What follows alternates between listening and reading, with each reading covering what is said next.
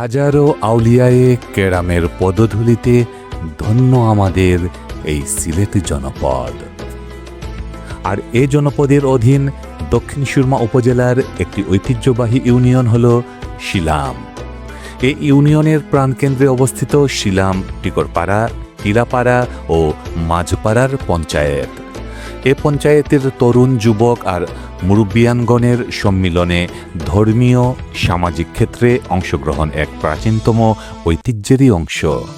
এই পঞ্চায়েতের আন্তরিকতা, সহমর্মিতা আর একতা শুধুমাত্র অত্র এলাকারই নয়, বরং দেশ বিদেশের সবার কাছে এক অনুসরণীয় দৃষ্টান্ত। সামাজিক আর ধর্মীয় কার্যাবলী সম্পাদনের ধারাবাহিকতায় রব্বে করিমের সন্তুষ্টি লাভের উদ্দেশ্যে এলাকার সকলে মিলে ইফতার করাটাও শিলাম এলাকার একটি ঐতিহ্য। এই ঐতিহ্যের ধারাবাহিকতায় 2014 সাল থেকে এলাকার কিছু স্বপ্নবাজ তরুণের হাত ধরে বর্ধিত পরিসরে সম্প্রসারিত হতে থাকে এই ইফতার মাহফিল। ঐতিহ্যের ধারাবাহিকতায় অদ্য 17 রামাদান 2026 সালে শিলাম পঞ্চায়েতে গোরস্থান মাঠে অনুষ্ঠিত হয় ঐতিহাসিক বদর দিবস স্মরণে ও এলাকার মুর্দেগানের ইসালে সোয়াবের উদ্দেশ্যে খতামে কুরআন ও দোয়া মাহফিল। এই ইফতার মাহফিলকে কেন্দ্র করে পুরো রমজান মাসব্যাপী এলাকার শিশু, কিশোর, তরুণ, যুবকসহ মুরব্বিয়ানগণের মাঝে বয়ে যায় আনন্দের হিল্লোল। মহান রবের সন্তুষ্টির প্রত্যাশায় এলাকাবাসীসহ শিলাম এলাকার বিভিন্ন দেশে অবস্থানরত প্রবাসীরাও অধীর আগ্রহ নিয়ে আর্থিক ও মানসিকভাবে সহযোগিতায় এগিয়ে আসেন এই ইফতার মাহফিলকে সফল করতে। তাঁদের প্রত্যাশা, শিলাম এলাকার এই ইফতার মাহফিলের আয়োজনের ধারাবাহিকতা চলমান থাকবে যুগ হতে যুগান্তরে।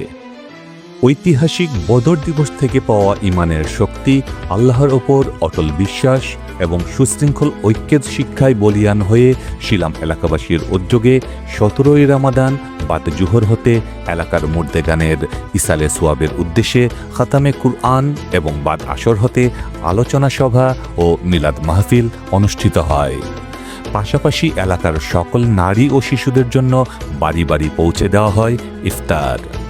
মিলাদ মাহফিল শেষে শিলাম এলাকার সকল কবরবাসীর মাগফেরাত এবং দেশ ও প্রবাসের সকলের শান্তি কামনা করে বিশেষ মোনাজাত অনুষ্ঠিত হয়। রোজাদারদের জন্য দুটি আনন্দ মুহূর্ত রয়েছে, একটি হলো তার ইফতারের সময় আর অন্যটি হলো যখন সে তার রবের সাথে সাক্ষাৎ করবে। মাগরিবের আজানের সাথে সাথে এই হাদিসটির শিক্ষায় বলিয়ান হয়ে সারাদিন সিয়াম সাধনার পর এই ময়দানে ইফতার করেন বদরি চেতনায় উজ্জীবিত সহস্রাধিক মুসলমান। ইফতার মাহফিল আয়োজকদের প্রধান প্রত্যাশা মহান আল্লাহর সন্তুষ্টির অর্জন এবং সিয়ামের প্রকৃত শিক্ষা সমাজে ছড়িয়ে দেওয়া। ধর্মীয় বিশ্বাস অনুযায়ী একজন রোজাদারকে ইফতার করানোর মাধ্যমে আয়োজকরা সেই রোজাদারদের সমান সোয়াব লাভের আশা করেন, যা তাদের আধ্যাত্মিক প্রশান্তি দেয়। এছাড়াও এলাকার একে অন্যের সাথে পারস্পরিক সম্পর্কের বন্ধন সুদৃঢ় করা এবং পারস্পরিক সৌহার্দ্য বৃদ্ধি করা থাকে অন্যতম বড় লক্ষ্য। মহান রব্বে করিম এই আয়োজনকে কবুল করুন, আমিন। मरहबा मुस्तफा, मरहबा मुस्तफा, सरकार की आमद, दिलदार जी आमद, सोने दी आमद, आनो सनम, आई लव यू आका, मैं स्वीट आका।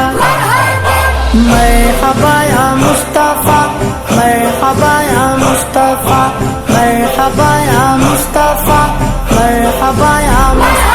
जश्न आमद रसूल अल्लाह ही अल्लाह, जश्न आमद रसूल अल्लाह ही अल्लाह, अल्लाह ही अल्लाह।